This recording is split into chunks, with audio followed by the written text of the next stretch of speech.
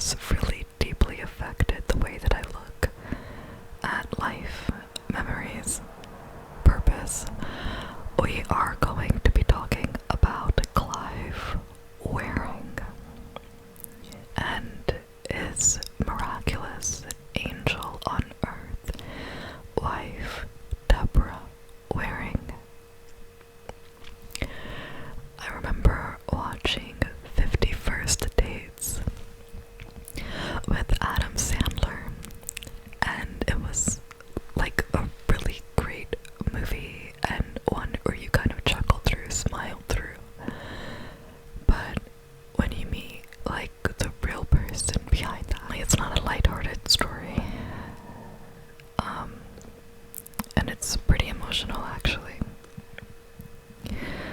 So, okay, let me start it off by letting you know a bit about Clive Waring. So, he was born May 11th, 1938. He is British. We are based in London. Clive was someone who was really, really well known as, or for being a composer, a conductor. He was a tenor, a singer, pianist,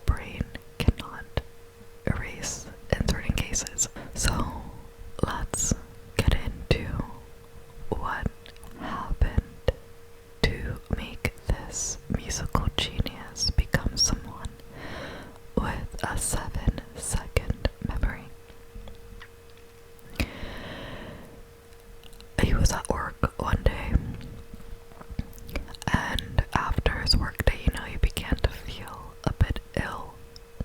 He came down with a temperature. He felt a bit confused.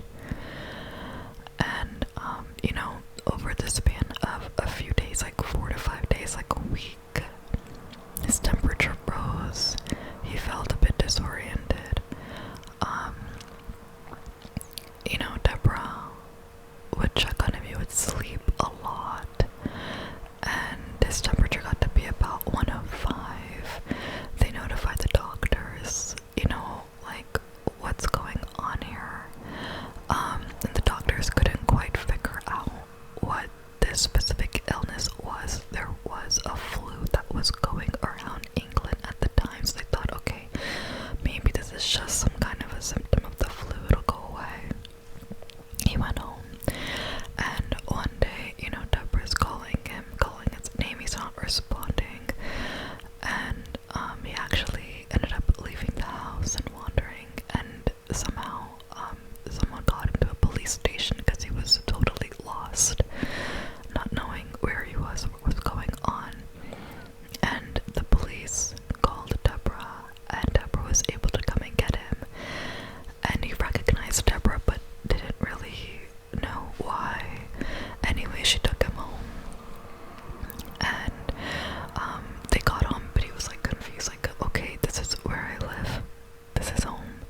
And she's like, yeah, this is home. So he sits down or whatever, and she like lifts up his hand, but it's like super floppy, like no energy, just super floppy. And she calls a doctor, and she's like, you need to come. And she's like, you need to come now. I'm picking up his hand, he's like super floppy, no energy, still confused, has no idea that we live here. As the doctors came, the ambulance came, took him to the hospital, and she just remembers walking through those like plastic flappy doors with Clive ahead of her, with the doctors being led into a room, and hearing those doors shut behind her, and knowing that her life would never be the same. They were married for 18 months when this illness struck Clive. Now, what was this illness that we are speaking of? This is wild, literally wild. I didn't even know that this was a thing, and it affects 1 in 1 million people. Think of the odds. He just happened to be that one. A cold sore. A cold sore, guys, it's, when you get that, I never had it, but it's like a bump on the lip. It's called herpes encephalitis, and normally it just stays here and then goes away, I guess, with some medication. I have no idea how that works, but in this case, it broke that blood-brain barrier and went into his brain. His brain was swelling, and if you look at the scans of his brain, you'll see a lot of dark black regions in his brain.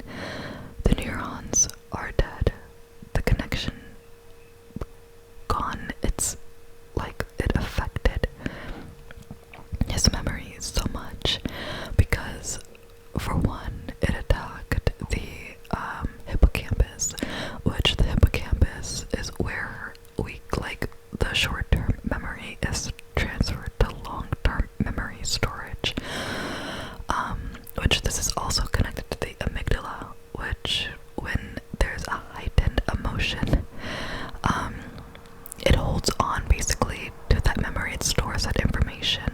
So our memories, actually, in a way, the strongest memories are connected to an emotion, which explains why, even though a large part of his brain was basically destroyed with this virus, he is able to remember basically the structure of a few things, but not the details or the reasoning as to why.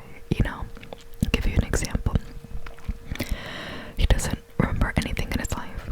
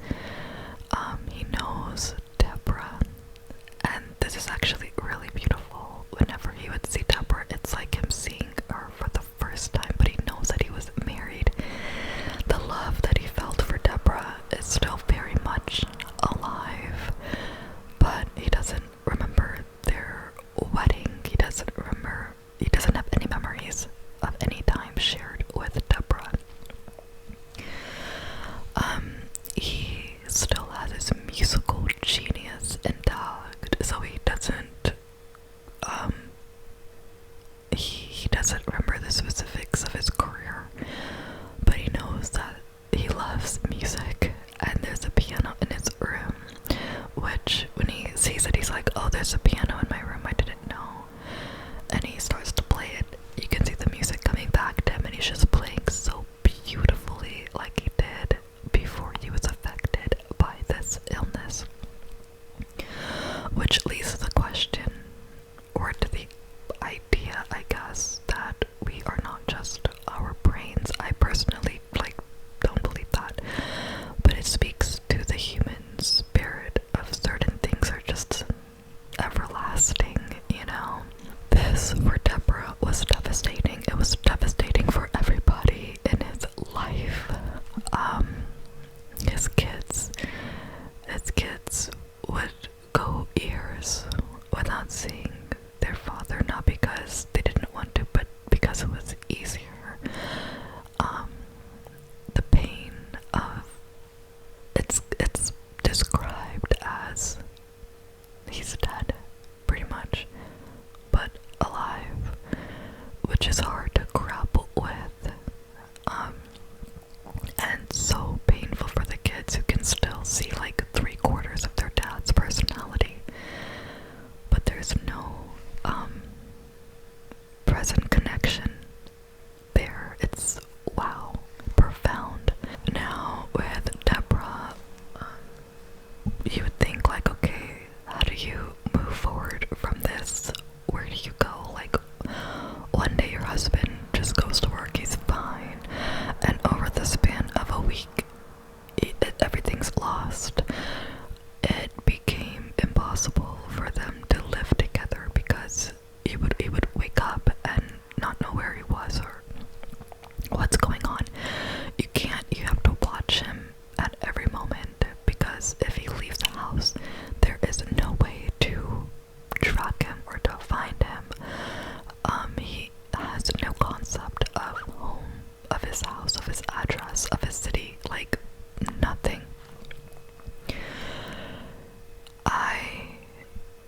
I watched, well, actually, you know what, let me just focus on their marriage first, and I'll go into more detail about him and his experience and how he describes this. Now, the interesting thing about his case is his son made a really great point that if this happened to his father years before, he would probably be dead. But if this happened to him a few years after, the doctors would have caught on to it and been able to slow it down to stop it, and maybe he wouldn't have lost, the amnesia wouldn't be so severe, you know?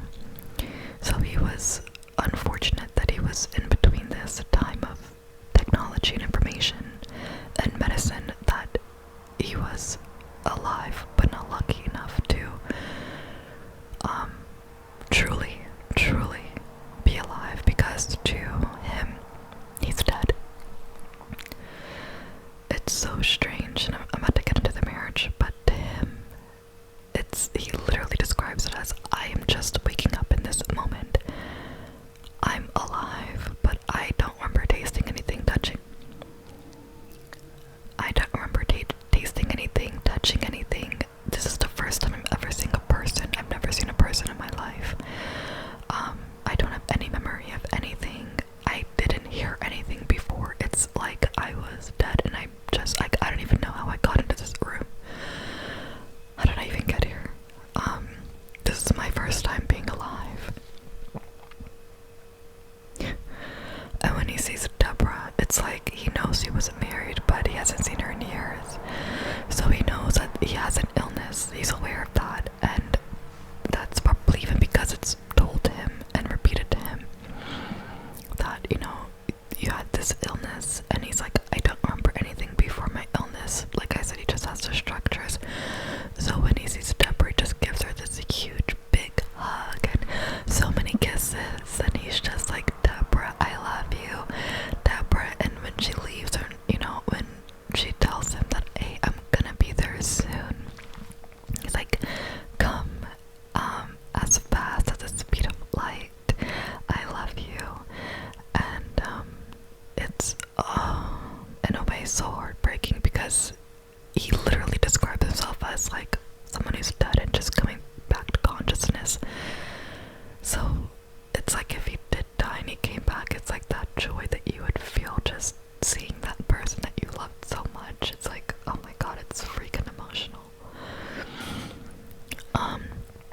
This was really hard for Deborah. Deborah used to see Clive every day, visit him every day for 9 years. Okay, that took a tremendous toll on Deborah, because this is your husband. You have all the memories intact. You know who this man is. You know how you fell in love with him.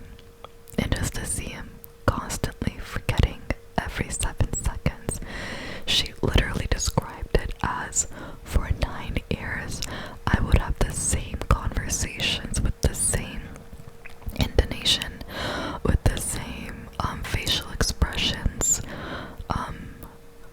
seeing that same awe and amazement of, oh my goodness, Deborah, for 9 years.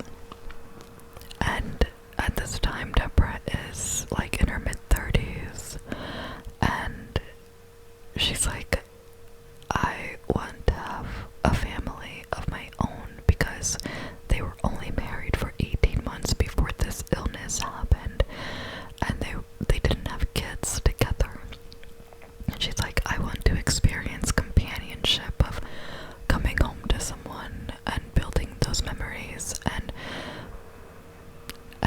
creating a family, because it feels so lonely, and England is freaking depressing for me. Like, she came to hate England because of what it was associated with her losing her husband but still having him, but he's gone, but he's there. And so in her mid-30s, Deborah packed up and she said goodbye to England, and she moved to New York, and she was there for a little while, for a couple of years, and she started to date and go out, because she was looking for a partner, looking to create a new life for herself, as difficult as it was. Clive has no idea, and actually when she did leave, she divorced Clive, but she would call him and say hi, and I'm on my way, I'm coming soon, but he would forget this, but she was still always in communication with him. And when she would go out on these dates, when it would get to the point of like actually sitting down and connecting and having conversation, the relationship just fizzled, because they weren't Clive. That connection just wasn't there with other people. Clive is the love of her life, and that wasn't going to change. And she had this option of, okay, do I stay here permanently and become a permanent resident of America? It was time for her visa, stuff like this. Or do I go back to England? And she packed up and she moved right on back to Reading, England. They say it Reading like with their accent, but it's so funny. Clive has such an incredible sense of humor that never left him, because he hears Reading, like that's where he lived with Deborah, and she was taking him back to their home, like after 7 years or so of him not being there. And he's like, Reading, that's weird, because when you look at it, it should be reading. They're saying it wrong. Or it's wrong. So anyways, before Deborah left, she couldn't live with him anymore, so it took her years to find a home for him, like a full service home where he would be really well taken care of. It took a lot of advocating on her part, but she was finally able to have a place, which is where he lives now, where he's lived for the past 20 years or so. And so she moved in 1994, I believe. So anyways, when she got back to England, she renewed her vows with Clive. So that is her partner, that's who she is with, still married to. It's a marriage that's of course not conventional, but it's a marriage that's meant to be between these two.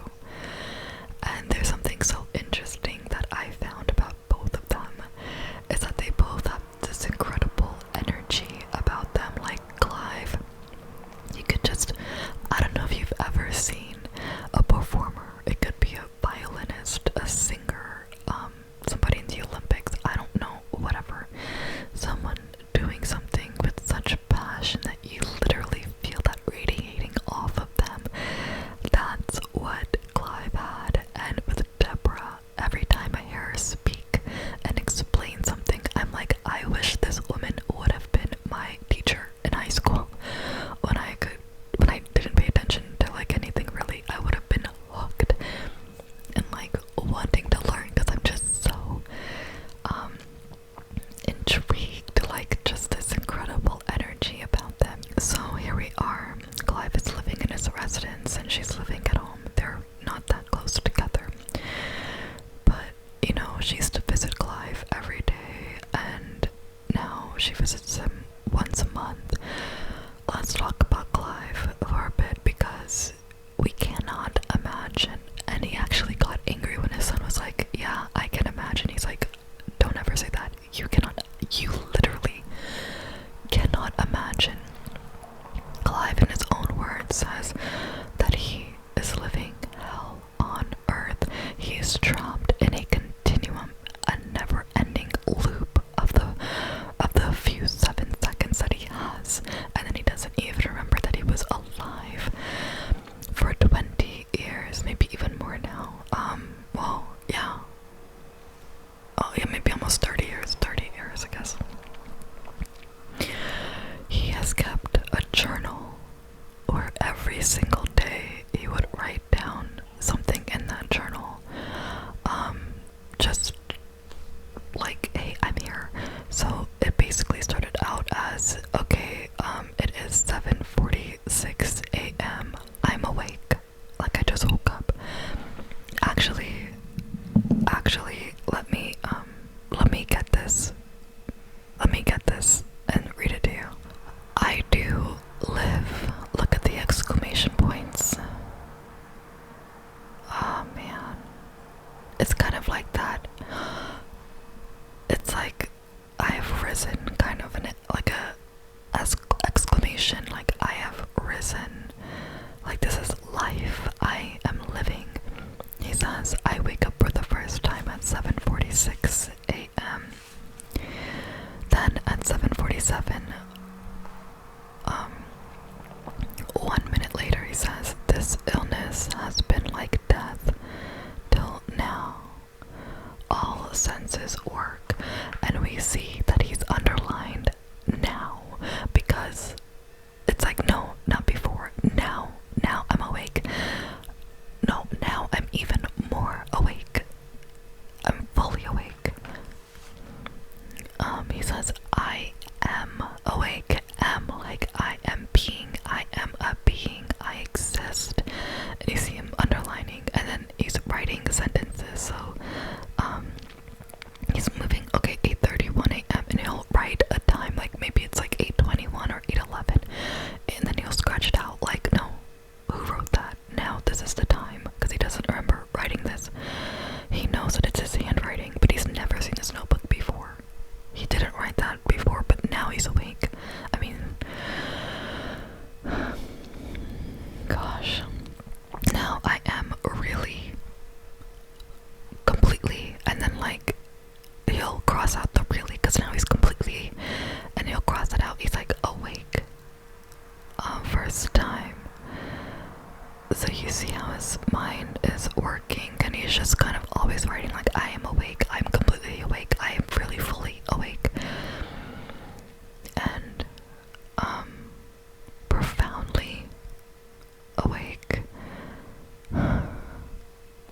After lunch, I'm awake.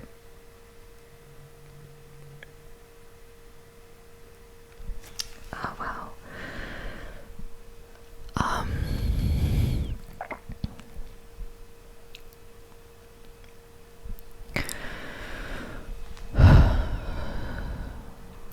I saw something where he was reading one of his journals, and he writes about Deborah. Deborah is the love of my life. I love Deborah for eternity. And he doesn't remember their wedding, but he knows in his soul that he loves Deborah. And he's writing, and he's like, oh my gosh, she does care about me. She does love me. How sweet is she?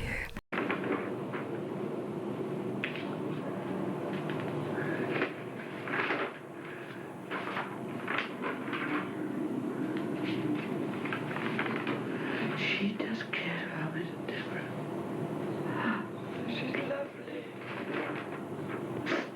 I used to do my job the best I could, Lord. I did try to do it perfectly, but I knew it was never going to be perfect.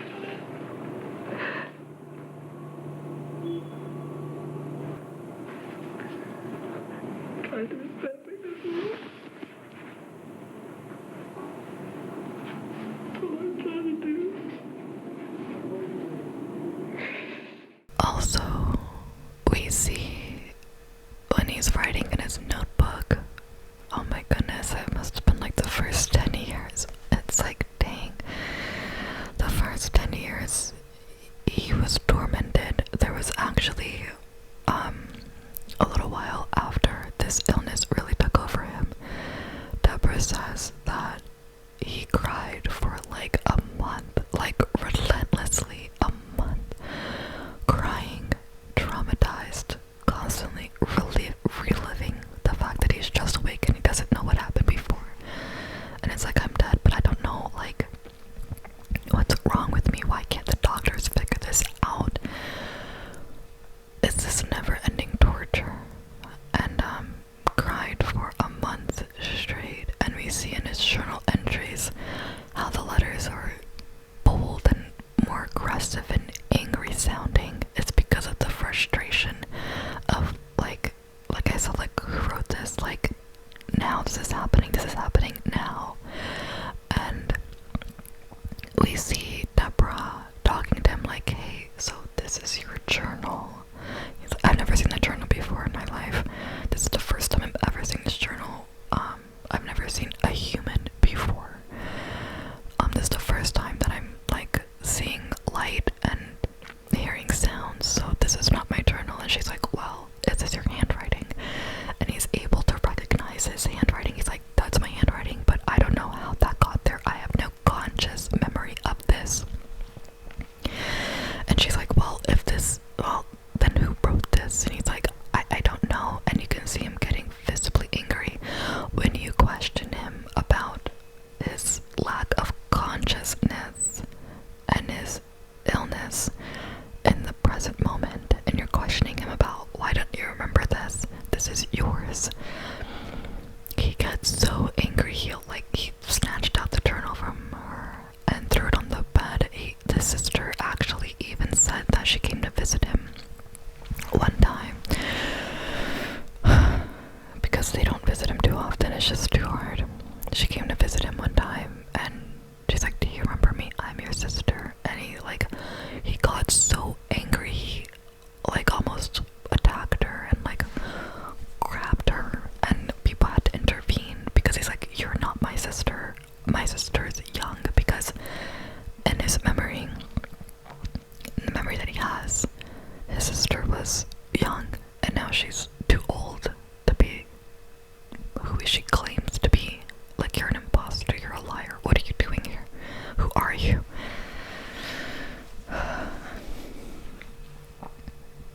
It's an absolute sadness for everyone around now.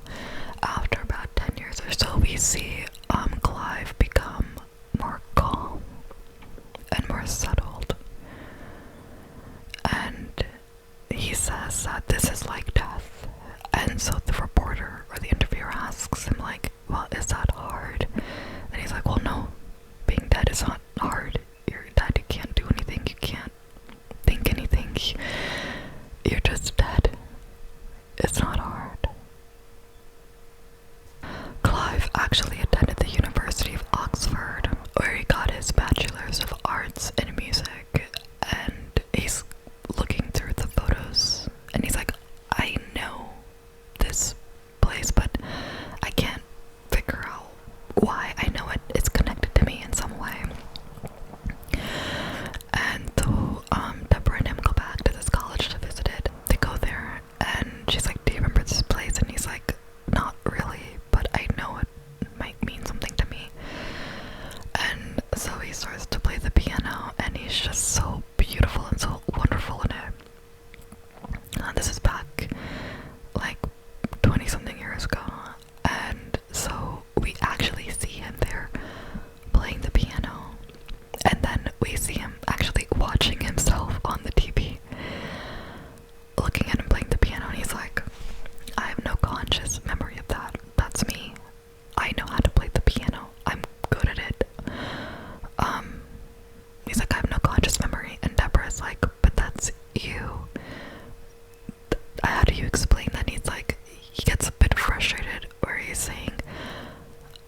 listen, like, this illness, the illness that I have, it disconnects me from what I do. I have no connection to that.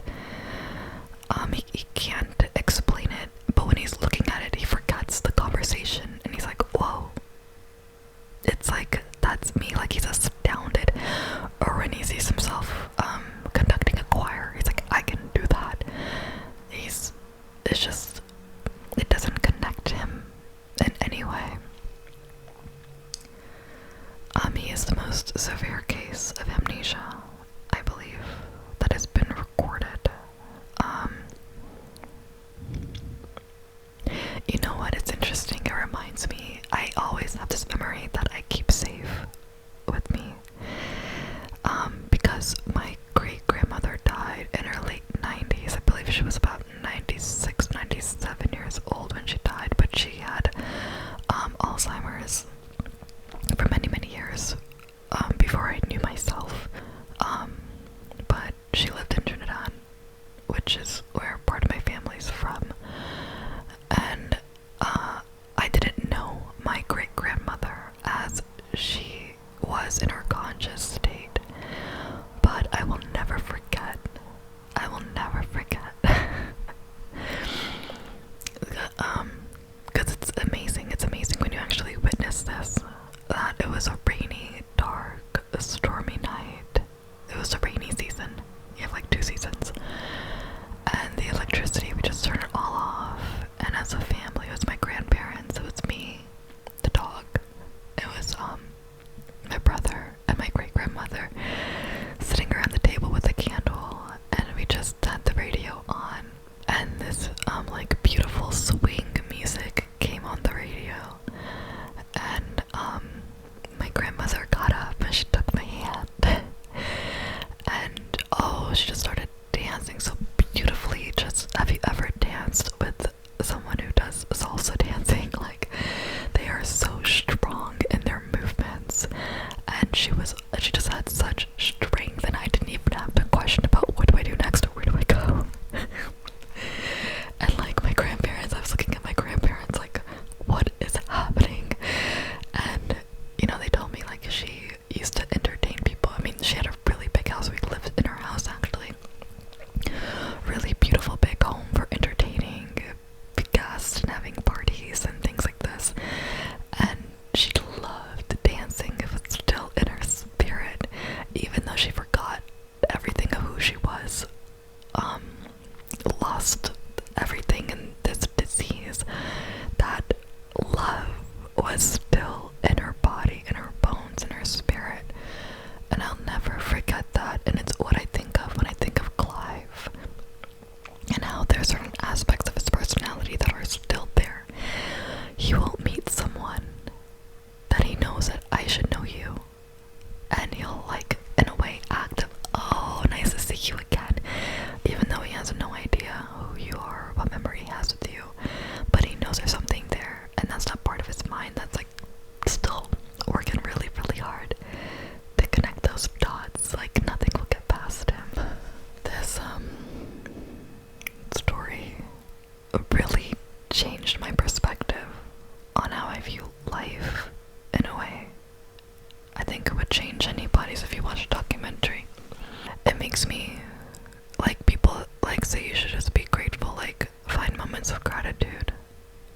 And we take that for granted. He cannot find moments of gratitude because nothing existed before.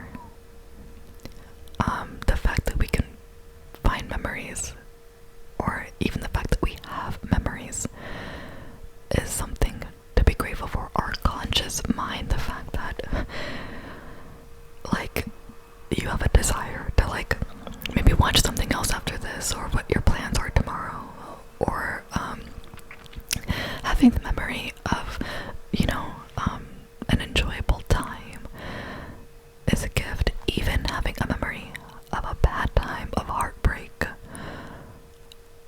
of sorrow is a gift, because it works both ways. You have to think about this. He came across so many people in his life. He's in his 80s now. He's lost people, but he doesn't know who they are or what they meant to him, or the memories together.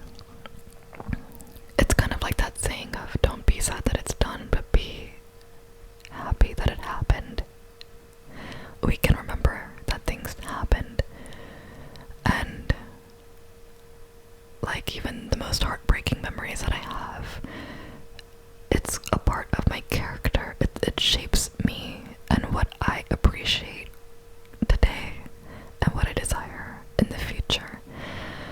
And that's a gift. And it also makes me think about it. Just one day, this man's life changed. And what stayed with him were fragments of the most important things to him. Remember that he had kids, his deep love for Deborah, and the music. And so often, I know I'm guilty of this. Literally, like last week, I'm thinking about things that don't really even freaking matter, that I have no control over. And I hear that, like, don't waste your time on these things because in the end you won't remember it, you'll forget about it. And it's, but it means something different to me now because it makes you think of what are those few most important things in your life. And that's what, like, we should be leaning into. And it always sounded so abstract to me, but it means more now. Seeing Clive and Deborah. She's an angel on earth.